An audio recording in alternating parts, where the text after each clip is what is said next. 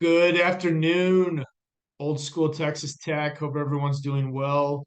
Sorry, it's taking me almost a full week to get this TCU recap video shot. So because of the timing, I kind of had some, life kind of happened to me. So because of the timing, it'll be a TCU recap and then kind of also just some generalizations of where we are in the season with 3 games left and needing two more to become bowl eligible. I actually have Jordan on with me tomorrow night. We're going to preview the Kansas game up in Lawrence. But anyway, I had a great time with the TCU win.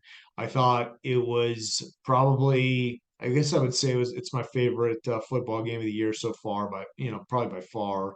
I consider TCU to be our biggest rival.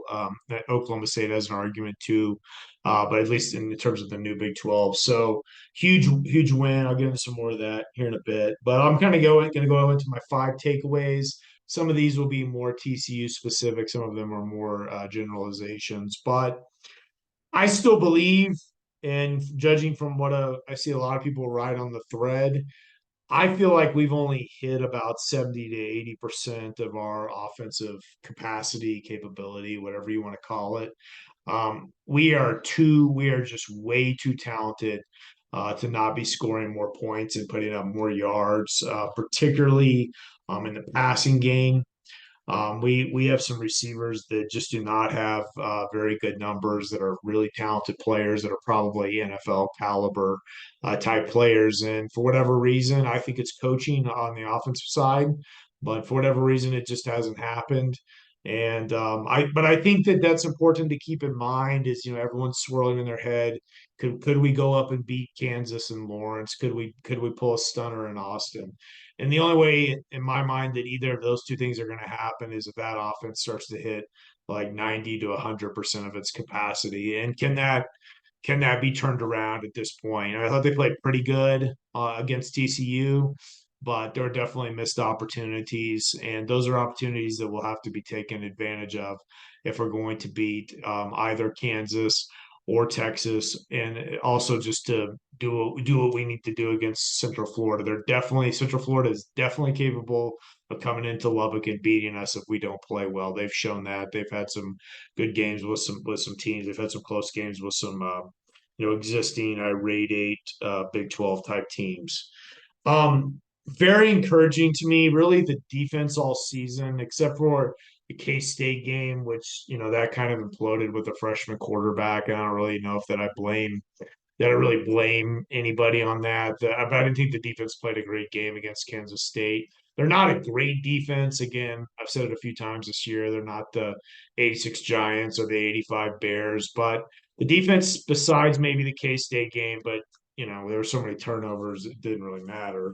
But besides that game, this defense has given us a chance to win every game this year. I mean, even BYU, we held them to 27 points. So I mean, we could have even with a young quarterback, we could have won that game as well. So our defense has kept us in every game. Very encouraged by them, especially encouraged by Rabbit.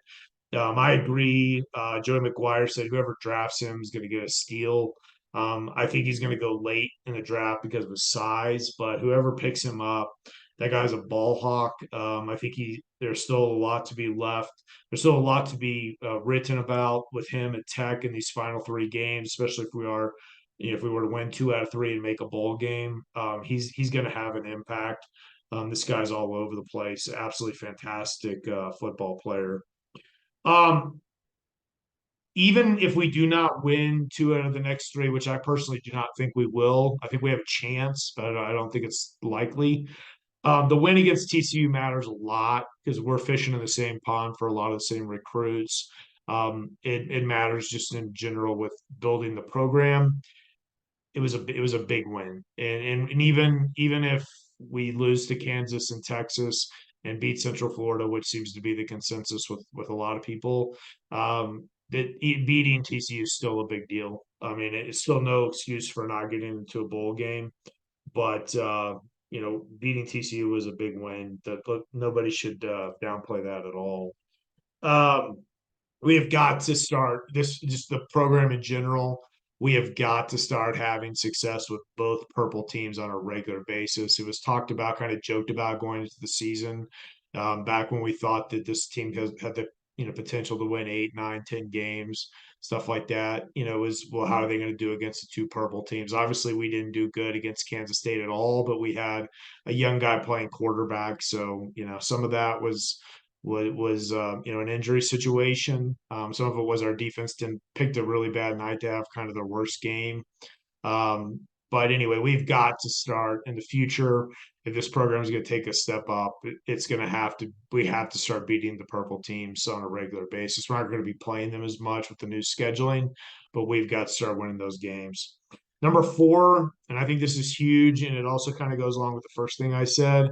Baron Morton just keeps getting better and better and better. His efficiency is excellent. I think he's throwing 61% right now, which is for a sophomore, is really good.